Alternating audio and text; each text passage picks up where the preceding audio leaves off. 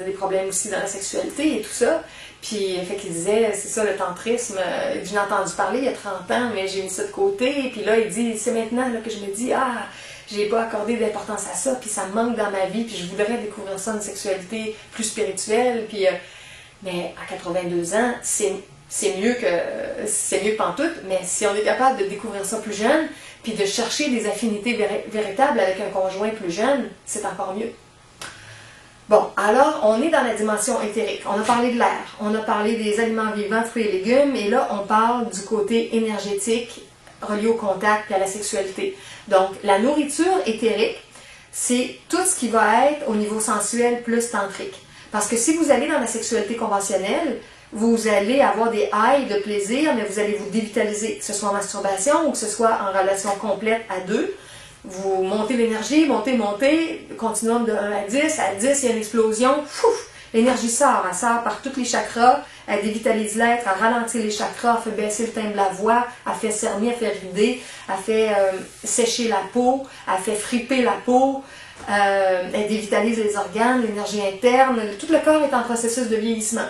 Fait que si vous voulez vous vitaliser, si vous voulez nous nourrir, si vous voulez vous solariser, ça prend une sexualité tantrique.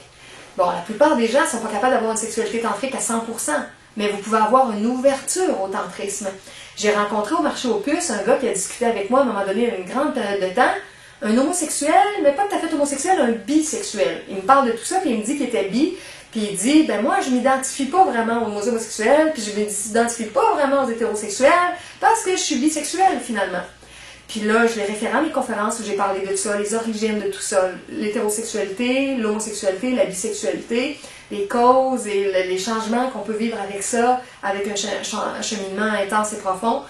Et pour une personne comme ça, qui est divisée dans son énergie, ben l'énergie va pousser pour redévelopper toutes les attirances hétérosexuelles, pour aller chercher le complément énergétique et vivre la sexualité tantrique intensément. Et pour ça, ben, ça prend de l'information. Il y a mes vidéos, il y a des livres, il y a mes livres, il y a les livres de Samael, il y a d'autres sources. Alors, pour se vitaliser à ce niveau-là, pour se nourrir, pour se transformer, ben, ça vous prend une ouverture pour aller chercher la connaissance tantrique. Puis, moi, je la donne gratuitement. Là. Vous n'avez même pas besoin de payer. Vous avez tout ça dans mes textes et mes vidéos. Vous avez toute la séquence de toutes mes références gratuites sur le tantrisme. En dessous de ma vidéo numéro 2, sur les dernières vidéos sur ma page vidéo célèbre, ma vidéo qui s'appelle « Comment faire pour arrêter de se masturber ». Si vous regardez le texte en dessous de ça, vous avez toutes les références que j'ai listées, où les prendre, c'est gratuit. Et la vidéo 5, qui est les 10 mises en garde par rapport au tantrisme. Avec ça, là, vous allez avoir déjà un cours à la maison gratuit.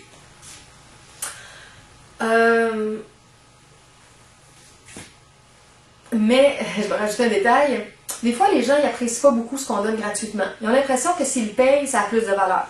Quand ça vaut 20$, quand ça vaut 50$, quand ça vaut 100$, quand ça vaut 1000$ pour une semaine d'atelier. Et justement, ce matin, j'ai eu un courriel d'une femme qui... je vais faire une histoire courte, là. Attendez un peu. En tout cas, elle venait de suivre un nouveau cours qui avait coûté 2500$. Puis là, elle me dit, ah Julie, je vais t'en parler, puis tu peux-tu me faire une consultation gratuite, puis moi je vais te faire un résumé de ce cours-là, puis en échange, puis tout ça. Elle était bien enthousiaste, mais moi je la connais cette enseignante-là, puis elle est bonne, mais ce que j'ai dit, c'est que selon moi, j'enseigne des choses similaires, mais plus profondes, plus complètes, qui vont beaucoup plus loin. Alors j'ai pas besoin de son cours, j'ai pas besoin qu'elle me fasse un résumé de ça. Je sais que c'est très bon pour certaines personnes, mais vu que ça fait 50, pas 50 ans, mais 25 ans que j'enseigne, puis je suis dans le domaine, c'est ça, il y a bien des enseignants qui sont très bons, mais je peux pas apprendre beaucoup de choses d'eux. Et puis là, finalement, elle a compris avec elle des choses que moi j'y avais dit, puis là, elle me disait ça dans son courriel. Puis là, je disais, je t'ai tout expliqué ça gratuitement, je t'en ai parlé par courriel, je t'ai donné les références de mes textes et tout, mais moi c'était gratuit. Fait que c'était gratuit, puis c'était comme, oh, je sais pas si c'est bon, je sais pas si ça a de la valeur. Puis là, elle a payé 2500$ pour la même affaire. La fille, elle y parlait de la même affaire. Pas toutes, là, mais en tout cas, des choses, j'y avais déjà expliqué, elle me relatait ça. Puis là, elle avait payé cher, puis elle avait pas beaucoup d'argent, puis c'était comme, hey, ça valait plus, là. Fait que, je comprends, la mentalité est comme ça, puis les gens, s'ils payent pas, des fois, ils apprécient pas.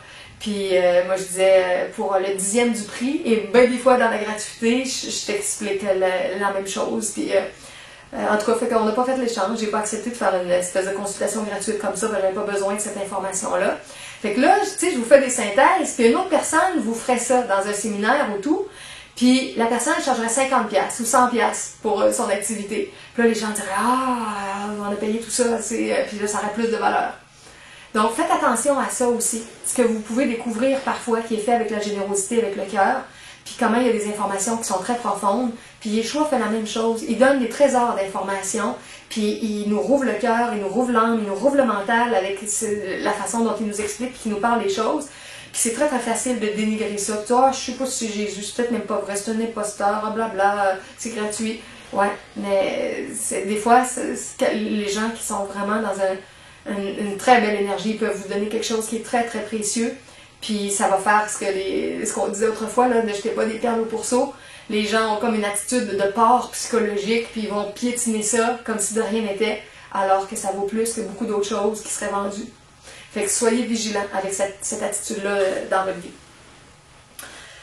Parce que la connaissance tantrique dont je viens de vous parler, là, que moi je partage et tout ça, si vous saviez le nombre de gens qui vendent leurs choses au niveau du tantrisme, que vous n'auriez rien de gratuit avec eux, puis il faut que vous alliez à leur séminaire payant et tout, puis ça va vous coûter cher. Puis moi, je vous résume ça, puis je vous donne la synthèse, puis je vous donne les clés, puis Samaël a fait la même chose avec toute son école internationale, puis vous n'avez pas une scène à débourser. Mais dites-vous que ça n'a pas rapport avec la valeur. Justement, moi, je dis souvent que c'est l'inverse. Ça a tellement de valeur que je ne veux pas mettre un prix là-dessus, puis je veux faire en sorte que toutes les âmes aient accès à ça, parce que c'est très, très précieux. Mais même pour moi, c'est comme des fois une forme d'évaluation. Je me dis, si la personne veut le donner absolument, veut donner son information juste en la vendant, puis elle a dit, ah, ça a tellement de valeur, je le vends, puis je le vends à un gros prix, moi, c'est l'inverse.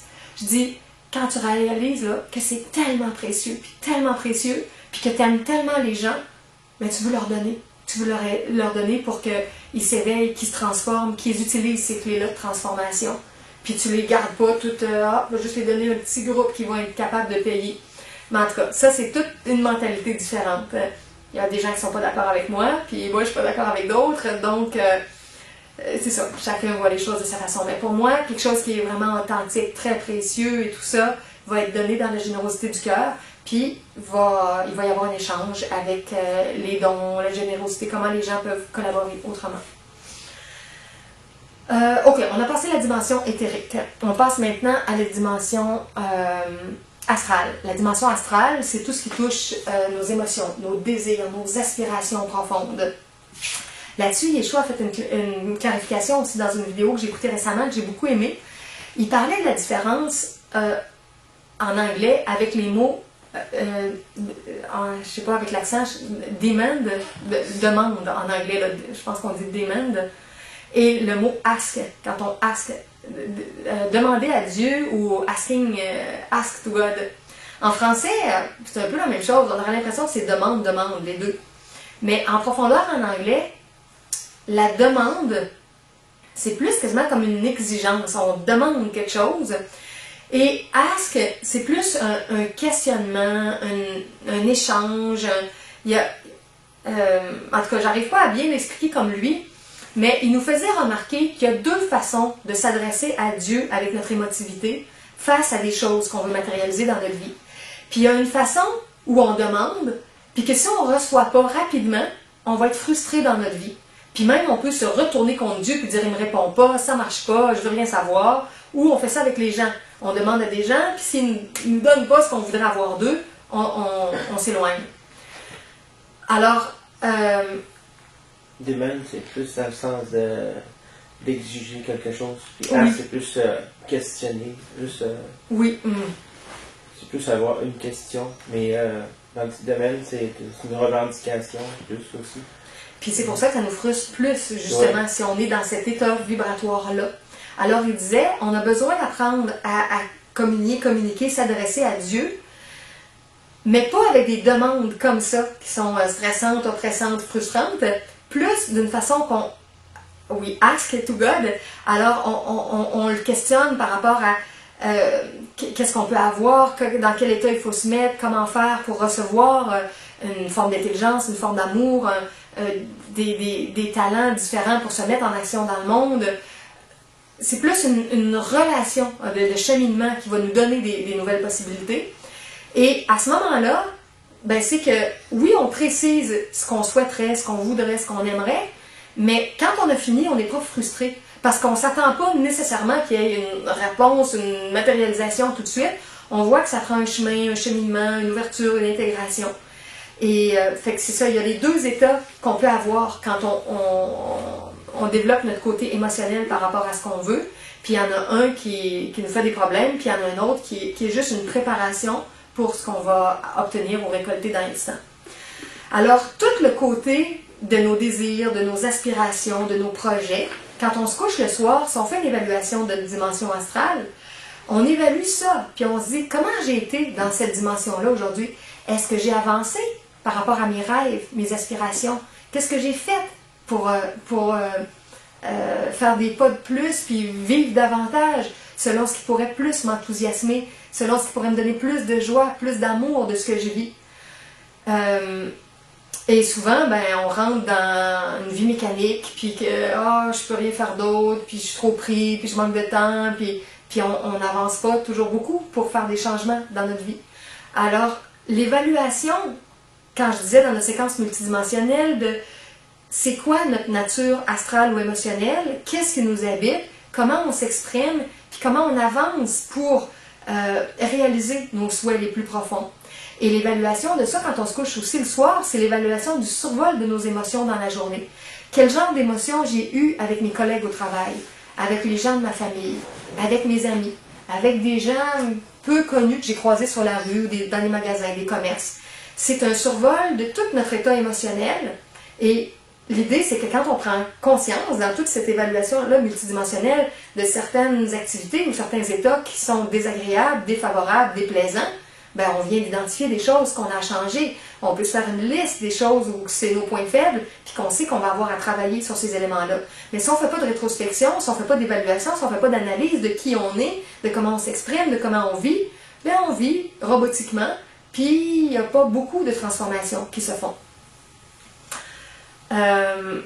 Puis des fois, on peut travailler plusieurs volets différents, on avance un petit peu sur plusieurs volets, ou on peut concentrer notre énergie sur certaines choses avec lesquelles on a plus de difficultés, puis pendant plusieurs jours ou quelques semaines, on met un focus là-dessus pour qu'il y ait plus de concentration puis qu'il y ait plus de changement.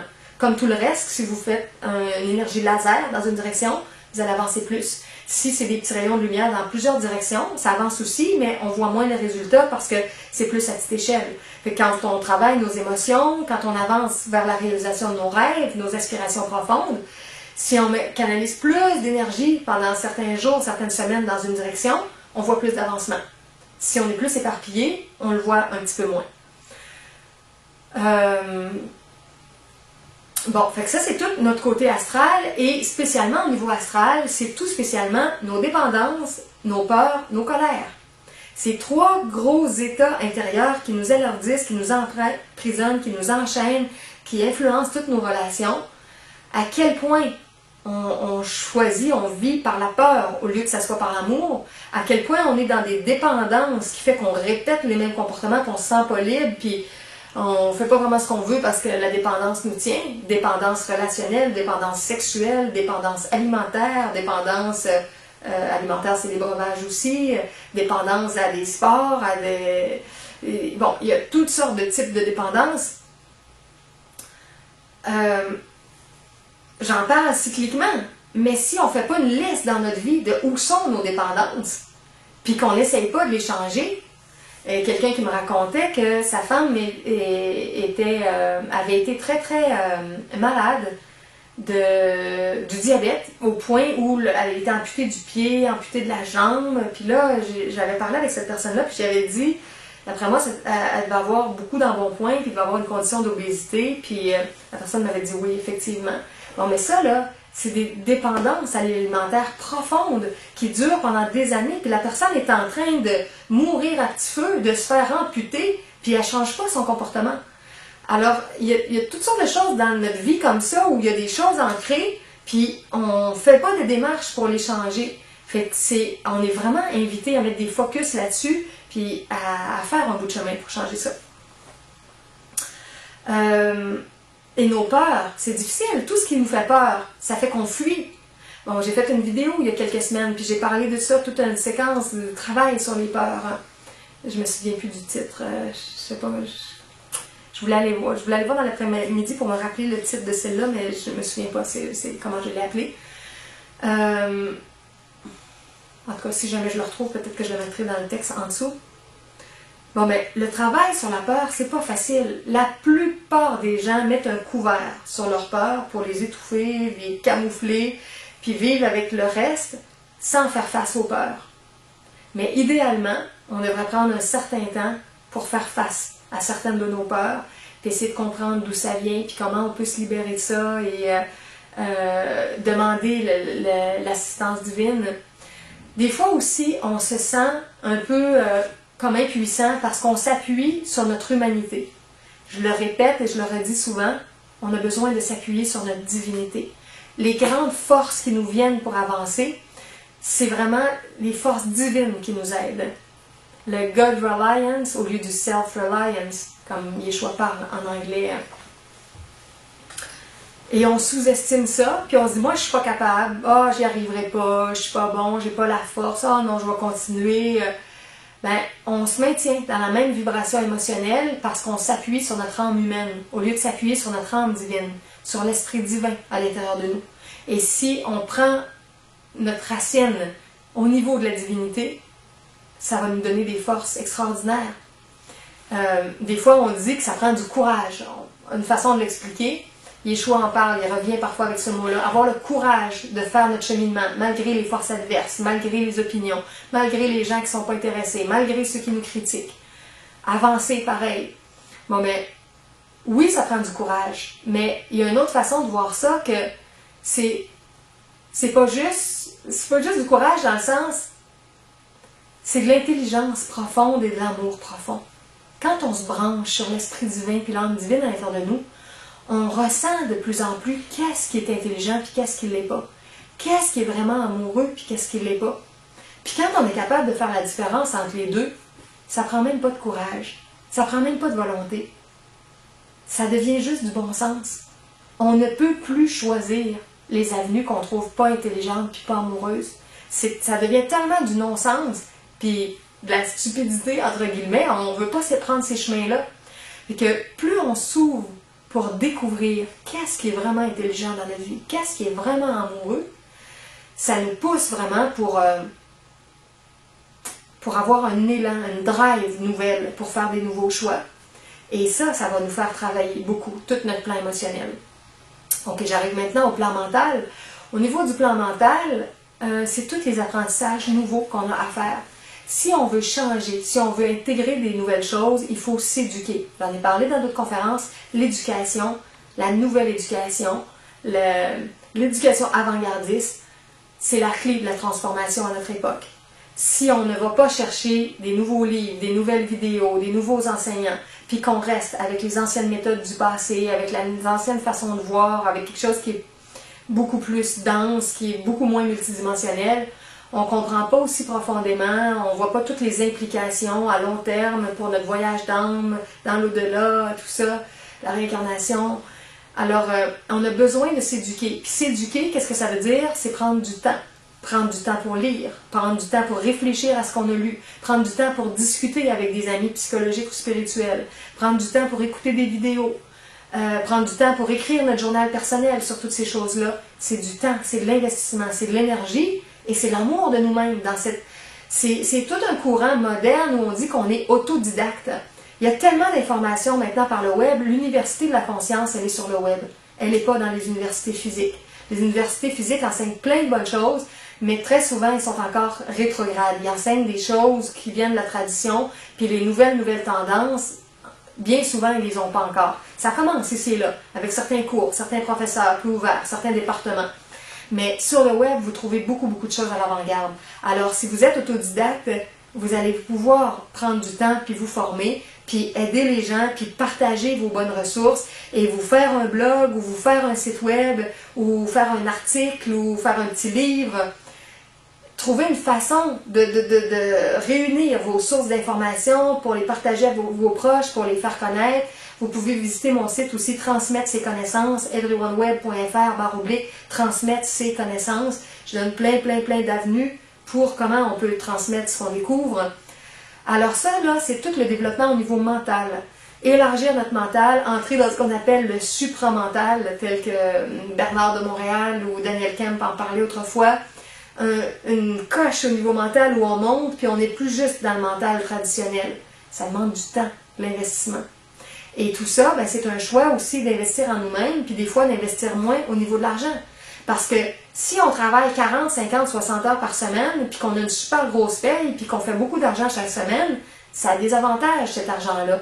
Mais tout le temps que ça nous prend, il y a une partie qu'on n'est pas capable de mettre dans notre cheminement, puis dans notre cheminement autodidacte, puis nos apprentissages. Fait qu'à un moment donné, il faut choisir. Est-ce qu'on veut de l'argent ou est-ce qu'on veut le développement de notre âme? Puis est-ce qu'on veut prendre du temps pour approfondir les choses? Fait que tout ça, quand vous faites votre évaluation multidimensionnelle à la fin de la journée, regardez dans votre journée qu'est-ce qu'il y a eu comme nouvelle source d'information. Quelle nouvelle discussion vous avez eue avec des personnes ou bien vous avez répété les mêmes genres de discours que vous répétez avec les gens. Quel nouveau livre, quel nouveau chapitre, quel nouveau passage, quelle nouvelle vidéo vous avez découvert. Alors, tout ça va élargir le champ mental et va faire que votre mental va devenir de plus en plus ce qu'on appelle le mental christique. Au lieu d'être le mental anti-christique ou le mental, des fois on dit le mental luciférien, le mental qui est plus dense, qui est plus sombre, on peut avoir un mental de plus en plus solaire avec des connaissances nouvelles. On passe au niveau causal, qui est l'âme humaine, avec toute sa créativité, sa spontanéité. On a parlé du physique, de l'éthérique, de l'astral, du mental, on est rendu au causal. Alors, avec le causal, c'est vos projets, votre créativité. Comment vous vous mettez en action et comment vous faites des pas pour avancer, parce que quand on est dans la pensée, dans la motivité, on a des projets, on a des discussions, on a des désirs, des rêves, on rêve à la nuit. Bon. Mais le fait de vraiment faire des pas concrètement, comme les gens qui viennent ici ce soir, ils ont déployé une énergie causale pour se rendre jusqu'ici. Pas juste être à distance, mais amener leur support, amener leur contribution, vouloir faire quelque chose pour collaborer, qu'il y ait des échanges. Ça, c'est l'énergie causale. Donc, à toutes les fois que vous avancez dans un projet, une collaboration, une assistance, une création nouvelle, c'est votre énergie causale. Mais quand vous couchez le soir, c'est la même chose. Comment j'ai déployé ma créativité aujourd'hui? Comment je l'ai mis au service de la collectivité? Comment j'ai mis de l'énergie qui va être utile à d'autres puis que ça va aider d'autres personnes, mes frères et sœurs? Au niveau spirituel, pas juste mes frères et sœurs de ma petite famille, mais mes frères et sœurs dans l'humanité. Alors, c'est toute une évaluation de notre dimension causale, puis la dimension causale, c'est comme notre libre arbitre qui choisit par amour ou qui choisit pour la gloire, pour l'argent, pour l'orgueil, pour des avantages X et Y. Est-ce que nos motivations sont d'un ordre plus bas en vibration ou sont d'un ordre plus élevé, plus pur, plus aidant à plus grande échelle? Alors, on peut toujours évaluer ça. Qu'est-ce qui nous motive derrière? Pourquoi on fait les choses? Et puis, comment on trouve notre élan de créativité? Si on n'arrive pas à déployer beaucoup notre énergie causale, c'est parce qu'on n'est pas assez relié à notre énergie psychique pure, qui est l'énergie de l'âme divine, l'énergie de l'amour pur. Alors, au niveau de l'amour pur, quand vous faites votre évaluation le soir avant de vous coucher, puis si vous êtes trop fatigué, vous pouvez toujours le faire le matin. À la limite, faites-le le matin pour votre journée de la veille. Il y a des gens qui aiment mieux faire ça le matin aussi. Moi, je trouve ça le fun des fois le soir parce que la journée est toute là. Mais si on est trop fatigué, on peut le faire le matin. Et là, on évalue au niveau psychique, au niveau de mon âme divine, comment j'ai senti mon amour pur aujourd'hui. Comment je me suis aimée moi-même. Est-ce que j'étais fière de moi? Est-ce que j'étais enthousiaste avec moi-même? Est-ce que je sentais que j'étais une âme qui peut découvrir, s'émerveiller, apporter des choses aux autres? Est-ce que mon amour me portait? Est-ce que j'avais des ailes dans ma journée aujourd'hui? Est-ce que j'étais sur les ailes de l'amour? Ou bien j'étais comme quelqu'un qui a des boulets aux pieds, puis qui a de la misère, puis qui n'arrache, puis que ça bouge pas vite, puis que tout est lourd, puis souffrant, puis qu'on n'est pas capable, puis qu'on n'y arrivera pas, puis qu'on voit tous les points négatifs. Il y a deux attitudes complètement. Quand on se branche sur notre âme divine ou quand on se branche sur tous les conditionnements personnels et sociaux.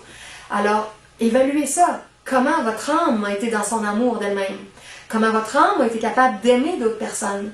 Quand vous avez eu des interactions dans la journée avec des gens, de votre famille, de votre milieu d'études, de votre milieu de travail, du milieu social en général, quel était le type de votre amour, de votre interaction, de vos jugements, de vos pensées, de vos critiques, de vos encouragements, de vos félicitations, de vos appréciations, de votre reconnaissance? Comment vous en étiez dans toute votre vibration amoureuse? Alors ça fait toute une différence. Puis on a toujours à s'améliorer constamment. Puis à mettre le focus sur les bonnes choses, puis à aider les gens, les appréciant pour ce qu'ils font de bien, puis pas toujours y aller au niveau du dénigrement. Bon, fait que ça c'est l'amour des autres, et finalement, l'énergie psychique à l'état pur, c'est l'amour de Dieu. Comment est-ce qu'on se sent en amour avec notre Mère divine? Comment est-ce qu'on se sent en amour avec notre Père divin? Comment est-ce qu'on se sent en amour avec l'enfant divin, le Christ en nous, Christos, cette partie-là pure de notre être? On est chacun un Christ, mais qui a encore beaucoup de difficultés à le laisser s'exprimer, cet enfant pur en nous. Donc, quand on se couche le soir, on peut se demander ça. J'ai-tu senti la connexion avec ma Mère divine aujourd'hui? Est-ce que j'ai senti la connexion avec mon Père divin? Est-ce que j'ai senti la connexion avec l'enfant divin, avec le Christ en moi? Puis, comment ça m'a donné une énergie dans mes élans, dans mes capacités de structurer, d'accueillir, d'harmoniser les choses. L'énergie christique, elle harmonise, elle embellit. Bon. Alors, on passe en revue l'amour de soi, l'amour des autres, l'amour du divin. On passe au niveau atmique, la dernière. La dimension atmique, c'est notre esprit d'intelligence pure, la racine de notre être, notre esprit qui a un nom cosmique au-delà de notre nom humain actuel. Qu'est-ce qu'on a comme activité dans notre journée pour se relier à notre esprit divin? Est-ce qu'on lui parle? Est-ce qu'on s'adresse à notre esprit pour travailler la fusion? Ou est-ce qu'on est juste au niveau de notre âme humaine, puis on se coupe complètement de notre soi supérieur? Alors, quand on se couche le soir, ou si on fait la rétrospection le matin, on peut se demander ça. Qu'est-ce que j'ai accordé comme attention dans les dernières 24 heures, ou les dernières 12 heures, à mon soi supérieur? À l'esprit que je suis dans ma nature la plus élevée. Comment est-ce que j'ai voulu me relier? Est-ce que j'ai pris conscience que dans ma journée, je suis un messager ou une messagère, je suis un ouvrier ou une ouvrière de lumière, je suis un créateur ou une créatrice en service dans la dimension physique de toute cette puissance-là qui m'habite, qui veut s'exprimer pour créer le paradis sur la terre? Alors quand est-ce que je pense à ça? Quand est-ce que je ne me vois pas juste comme un être humain conditionné, limité, pas capable, dans sa petite boîte, puis que je m'ouvre à être canal pour toute cette énergie-là qui peut enseigner, qui peut créer, qui peut matérialiser des choses, qui peut œuvrer, qui peut aider, assister, supporter, encourager. Donc, comment je me relie à l'esprit qui me porte? Et quel genre de pratique que je fais? Est-ce que j'ai un peu de temps de méditation? Est-ce que j'ai un temps d'écriture spirituelle pour me relier? Est-ce que j'écoute mes intuitions? Est-ce que je laisse ce maître-là qui m'habite s'exprimer en comprenant qu'il y a une force très grande qui me dépasse dans mon humanité et qui veut faire des choses et les faire différemment de comment les humains en général les font? Est-ce que je suis prêt à sortir des sentiers battus?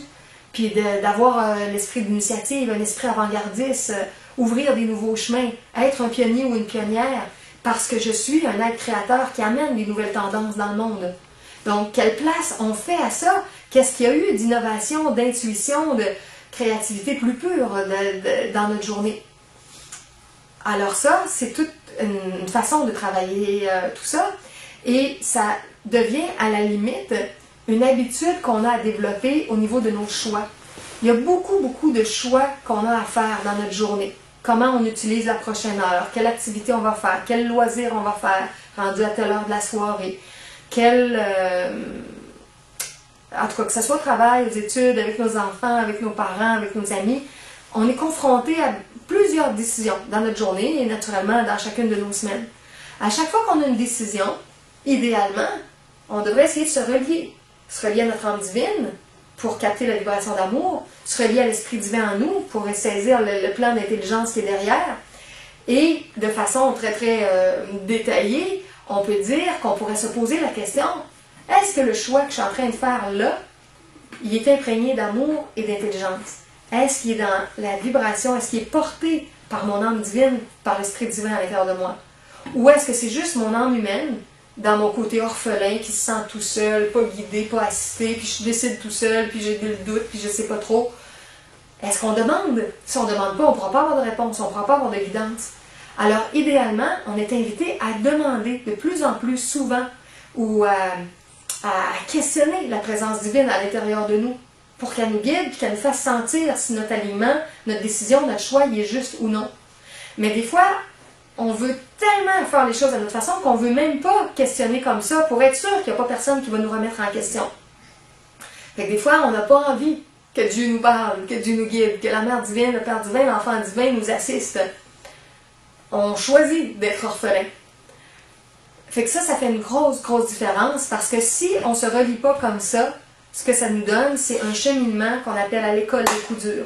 Et pour apprendre, à un moment donné, ça va être par des coups, ça va être de la souffrance, ça va être des murs, ça va être des obstacles, ça va être des accidents. Parce que c'est ça qui va nous arrêter, puis c'est ça qui va faire qu'on va être ébranlé, puis qu'on va se poser quelques questions, qu'on va avoir un parcours de guérison, de régénérescence à vivre. Mais si on s'ouvre pour écouter la guidance divine, on n'aura pas besoin de l'accident.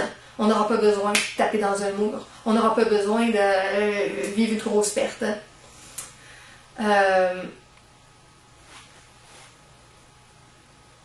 Ouais, je voulais juste faire un petit lien avec mon havre de paix. C'est que, aussi, des fois, on ne comprend pas le plan divin et comment les choses s'organisent. Et quand j'ai eu le sentiment de tout déménager, mon havre de paix qui était un 3,5, à courte vue, je l'ai vécu comme il y avait une perte que je ne comprenais pas. Puis je n'avais pas vu que le plan divin, il me dirigeait vers un 4,5 qui me coûterait moins cher que le 3,5. Parce que, comme j'ai expliqué la semaine passée, le propriétaire, il garde une chambre, mais il est à peu près là jamais. J'ai l'appartement à moi tout seul, mais il me charge la moitié du coût. Alors, il y a toute une orchestration divine qui prévoit des choses merveilleuses pour nous. Puis si on coule dans le plan divin, il y a des belles surprises, puis des choses qui se produisent. Mais si on ne prend pas le temps de se relier, puis qu'on y va en tant qu'orphelin, orpheline, avec notre vue plus limitée uniquement, sans demander, sans se relier, sans vérifier si c'est imprégné d'amour, d'intelligence, puis si on a vraiment suivi nos intuitions, ben, on va se mettre plus facilement les pieds dans les plats. Puis on va taper les murs, puis on va rencontrer les accidents, puis on va avoir les blessures. Un exemple que je donnais récemment, puis je l'ai déjà donné en vidéo, c'est l'exemple du petit enfant qui fait de la bicyclette. Puis qui avance, qui est pris dans l'enthousiasme du moment, puis qu'il roule très très vite, puis qui enlève ses mains sur le guidon. « Ah, je suis capable, les mains dans les airs. Regarde maman, regarde papa, elle n'a pas de main. » Bon, ça c'est notre attitude orpheline, d'aller à l'aventure. Bon, c'est bien aussi d'avoir un dynamisme, de la confiance et tout, mais des fois le parent va dire « Fais attention, ralentis un peu, sois un peu vigilant, vérifie qu'est-ce qui est au sol, y a-t-il des trous, y a-t-il des obstacles, y a-t-il... Bon, puis si l'enfant est vraiment trop téméraire, puis trop tête en l'air, il ne sera pas assez vigilant. Il y a une façon d'apprécier le vélo, mais en étant plus vigilant. Puis si l'enfant n'écoute pas sa guidance parentale, en bon québécois, on va dire, il va se planter. Il va faire une chute, il va se blesser, il va se déchirer les genoux, et bon. Puis il va souffrir, puis il va pleurer, puis il va dire « Ah, ça fait mal des fois de faire du vélo ». Mais si elle écoutait la guidance, qui était de ralentir un peu, de ne pas aller si vite, de remarquer plus les obstacles et tout ça, d'avoir plus souvent les mains sur les guidons du vélo. Alors notre vie, c'est un peu comme ça. On ride à vélo, en moto, en auto, en avion. On ride à notre façon, puis on y va souvent de façon un peu téméraire, sans écouter des conseils, et surtout pas les conseils divins. Et à ce moment-là, ce qui aurait pu nous aider, faire en sorte qu'on aurait eu un nouvel enseignement, on ne le reçoit pas. Fait que, dans toute notre évaluation multidimensionnelle, c'est un point qui est très, très, très important. Jusqu'à quel point, avant de choisir certaines choses dans ma journée, je me relie. Je prends le temps de me relier à la présence divine. Et plus les gens vont faire ça, plus on va être à notre juste place. Puis on va arrêter de faire les choses qui sont discordantes, qui sont disharmonieuses, qui vont à l'encontre des lois divines. Puis quand on sait que c'est pas utile pour nous, ou pas utile pour la société ou pour l'humanité, puis qu'on va à l'encontre de quelque chose qui est vraiment harmonieux, puis amoureux ou intelligent, on le fera pas. Mais pour ça, il faut être plus conscient, il faut être plus éveillé. Donc c'est des questionnements qu'on a à faire.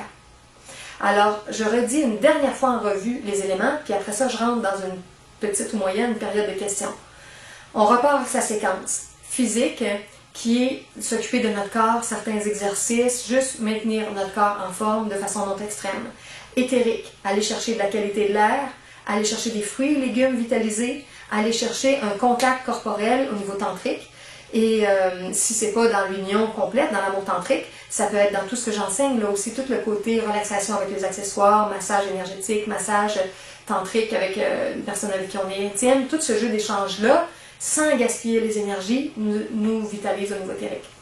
Ensuite, au niveau astral, l'ouverture qu'on a pour écouter nos désirs, nos rêves, nos aspirations et les pas qu'on fait dans notre journée pour aller vers ça, pour être à l'écoute de notre nature profonde, enthousiaste, joyeuse et arrêter d'être juste dans « Ah, je trouve ça plate, mais je peux pas faire autrement, je suis née pour un petit pain, ah non, je peux pas avoir notre job. » Comment on est appelé à aller vers ce qui nous appelle puis nous enthousiasme, puis quel pas on fait. On n'est pas obligé de changer du jour au lendemain, mais de faire des pas pour aller vers nos plus grands rêves. Au niveau mental, tout notre côté autodidacte pour apprendre, pour découvrir, pour aller à l'université avant-gardiste du web, le temps qu'on met dans ça, puis les partages avec nos amis, et pour retransmettre, devenir un enseignant. Au niveau causal, toute notre créativité, à quel point on crée, à quel point on a du nouveau, à quel point on met des pas nouveaux, des énergies nouvelles à chaque jour pour avancer un projet qu'on a. Au niveau psychique, dans l'amour pur, à quel point notre attitude est aimante, douce, bienveillante envers nous. Ensuite, envers les autres qu'on rencontre et face aux présences divines, la mère, le père et l'enfant divin. Tout cet amour pur-là, est-ce qu'on s'en imprègne ou est-ce qu'on fait tout avec d'autres motivations, d'autres élans? Pas tout, mais certaines choses. Et au niveau atmique, est-ce que j'ai un temps de méditation, relaxation? Est-ce que j'ai un temps d'écriture personnelle? Est-ce que j'ai un temps où je parle, que je m'adresse à mon être réel, mon soi supérieur? Est-ce que je le consulte avant de faire mes choix, avant de prendre mes décisions? Est-ce que je sais que je suis la contrepartie physique de cette partie divine, toute puissante, toute intelligente, pleine d'amour? Ou est-ce que je me sens un orphelin, isolé, un petit corps humain, animal, matérialiste? Non, ça c'est une vision étroite, limitée de notre densité. Mais tout ça, c'est un véhicule de manifestation de la force divine. Est-ce que j'en prends conscience? Que je suis un instrument divin sur la terre pour créer le paradis. Alors, en gros, ces différents outils et mes enseignements, les enseignements des choix, les enseignements de beaucoup d'autres rentrent dans ça pour nous aider à différents niveaux. Est-ce qu'il y a des questions avec ça? Non, non, on peut le temps. Ben, il reste quand même 10 minutes s'il y a des questions. C'est bon. C'est beau pour l'instant. OK. De ton côté, c'est correct aussi?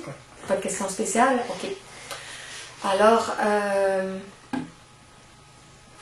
j'en avais reçu une par courriel. Là, c'est moi qui l'ai oublié. On disait au début de la conférence qu'on pouvait noter des choses. Qu'est-ce que j'avais reçu par courriel? Puis je m'étais dit, je vais répondre dans la vidéo. Je l'ai oublié.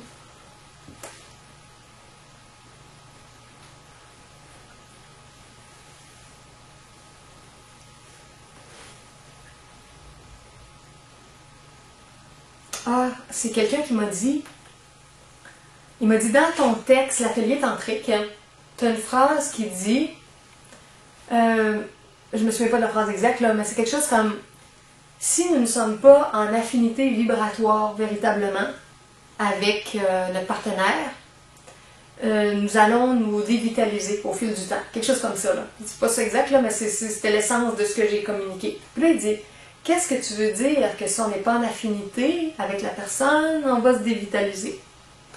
Alors, je vais répondre en vidéo.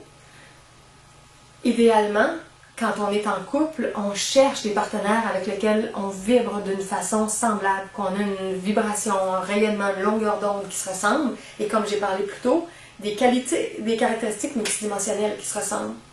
Parce que chaque façon de s'exprimer avec un partenaire proche travaille à nous élever ou à nous écraser. Et si, par exemple, on est dans une façon d'essayer de s'élever, puis que l'autre personne, elle essaye pas ça, puis elle reste dans des basses vibrations, elle va nous tirer vers le bas. À la limite, la personne qui tire vers le bas va être dépendante de la personne qui tire vers le haut. Mais ça va faire un poids. Fait que une personne, disons, qui est plus dans l'intelligence et l'amour, qui essaye d'être mue, d'être insufflée par ça. Une personne qui essaie d'être créative puis d'écouter les inspirations divines. Une personne qui essaie d'être plus positive, plus constructive, qui a plus de gratitude, d'appréciation des situations, des gens. Une personne qui a un peu plus d'enthousiasme, de joie, de sens artistique, d'humour. Une personne qui a une ouverture vers le tantrisme, vers l'alimentation vivante. Une personne qui prend soin de son corps, qui fait un petit peu d'exercice. Bon, ben cette personne-là, elle applique le cheminement pour s'élever de plus en plus. Si elle est en couple avec quelqu'un qui n'est pas en affinité vibratoire, et que la personne, mettons, elle se dit athée, puis elle se relie pas d'aucune façon aux forces divines, puis elle est juste dans son état orphelin, que la personne n'a pas le goût de créer des nouvelles choses, elle est plus dans une routine, que la personne, elle est plus négative, critique, que la personne est plus dans une émotivité de frustration, de colère, d'accusation des autres, de dénigrement d'elle-même, que la personne est dans une sexualité conventionnelle, une course à l'orgasme, des orgasmes bruts, tout seul ou accompagné, elle se dévitalise souvent, est en perte d'énergie, est fatiguée, et physiquement, elle s'occupe pas trop d'elle, elle regarde la télé des heures et des heures et des heures, elle se néglige, elle travaille pas son assouplissement, elle fait rien pour aider son corps physique. Bon, là, je vous ai donné deux portraits complètement inverses. Mais vous pouvez faire des combinaisons de ça. Mais quand ces êtres-là sont en relation, est-ce qu'ils sont en affinité vibratoire ou sont en dissonance, en différence? Et si on ne vibre pas semblable, la personne qui vibre plus haut attire l'autre personne. Et la personne qui vibre plus bas attire vers le bas. Fait que dans votre vie, vos relations, c'est toujours comme ça. Est-ce que tous les deux vous tirez pour vous élever ensemble? Est-ce que tous les deux vous cheminez puis vous discutez pour vous écraser? Il y a des gens aussitôt qui se mettent à parler, ça va être pour raconter tous les malheurs du monde, leurs malheurs, les malheurs sociaux, les malheurs des nouvelles. Ça fait ça en vibration. On peut raconter des choses négatives dans la limite où c'est dans une optique thérapeutique, dans une optique de solution. J'ai des petites cartes, des petites pensées, puis j'en lisais une récemment qui disait, au lieu de raconter des histoires à problème, raconter des histoires à solution. Donc, il y a une façon de parler aussi de ce qui ne va pas. C'est pas de ne pas en parler du tout, mais d'en parler avec une ouverture pour le changement, pour l'amélioration. C'est pas comme déverser tout ça sur les gens autour de nous. Alors, nos façons de se plaindre, d'être négatif, de ne pas se prendre en main, de ne pas être créatif, de ne pas être original, tout ça, ça plombe l'atmosphère, les relations, la vie. Ça nous maintient comme des boulets, comme des roches. Et les gens qui sont dans une autre énergie, sont plus légers, ils ont un peu plus d'aile, ils ont un peu plus d'enthousiasme, ils s'élèvent. Alors, essayez de regarder comment vous êtes dans votre vie. Êtes-vous quelqu'un comme ça, qui s'élève puis qui aide à élever les gens? Ou vous êtes quelqu'un qui stagne, qui est lourd, qui écrase les gens autour? On a une responsabilité sociale pour aider la Terre à s'élever ou pour s'écraser. Fait que les matchs vibratoires qu'on crée dans notre couple, dans nos relations amicales, dans nos collaborations professionnelles, ça va souvent faire que si on n'est pas en affinité vibratoire, il y en a un qui tire vers le haut puis il y en a un qui tire vers le bas. Idéalement, on devrait essayer de tirer ensemble vers le haut et de ne pas s'associer à ceux qui vont en bas pour collaborer, pour descendre l'énergie mutuellement. Fait que, ça encore une fois, c'est de la vigilance. Il faut s'auto-observer, il faut remarquer comment on est dans notre attitude, le regard qu'on a, le sourire qu'on a, la position corporelle qu'on a, l'élan qu'on a, le dynamisme, la façon de bouger, de parler, d'interagir. Ben, les gens qui nous regardent, les gens qui nous sentent, les gens qui nous voient, est-ce qu'ils aiment ça la vibration qu'on dégage? Est-ce qu'on dégage quelque chose qui les aide à s'ensoleiller et s'élever? Ou est-ce qu'on dégage quelque chose que, quand ils nous voient, ils ont juste hâte qu'on s'en aille, ils ont juste, veulent plus nous parler, ils veulent pas trop nous connaître, ils ont un peu peur de nous. C'est quoi qu'on émane? On est responsable de notre émanation. Et nous-mêmes, quand on croise des gens, on souhaite des gens qui ont une émanation qui nous nourrit, qui nous inspire, qui nous élève. Alors, chacun de vous, chacun de nous, on est responsable de notre propre émanation, de notre propre aura, de notre propre attitude, de notre propre vibration moyenne qu'on dégage et qui s'améliore, soit qu'elle s'élève, soit qu'elle s'alourdit, selon les choix qu'on fait dans notre vie. Et tout ça forme notre aimant. Avec la loi d'attraction, on sait de plus en plus, tout le monde, qu'on est un aimant. Donc, comment on se positionne, comment on est dans notre attitude, notre état intérieur, notre ouverture, notre créativité, ça fait qu'on est un aimant qui vibre et qui va attirer des choses de vibrations semblables. Et c'est ça qui fait que ça débloque des petits miracles, des petites merveilles, des surprises, des récoltes. Il y a plein de choses qui se placent quand on est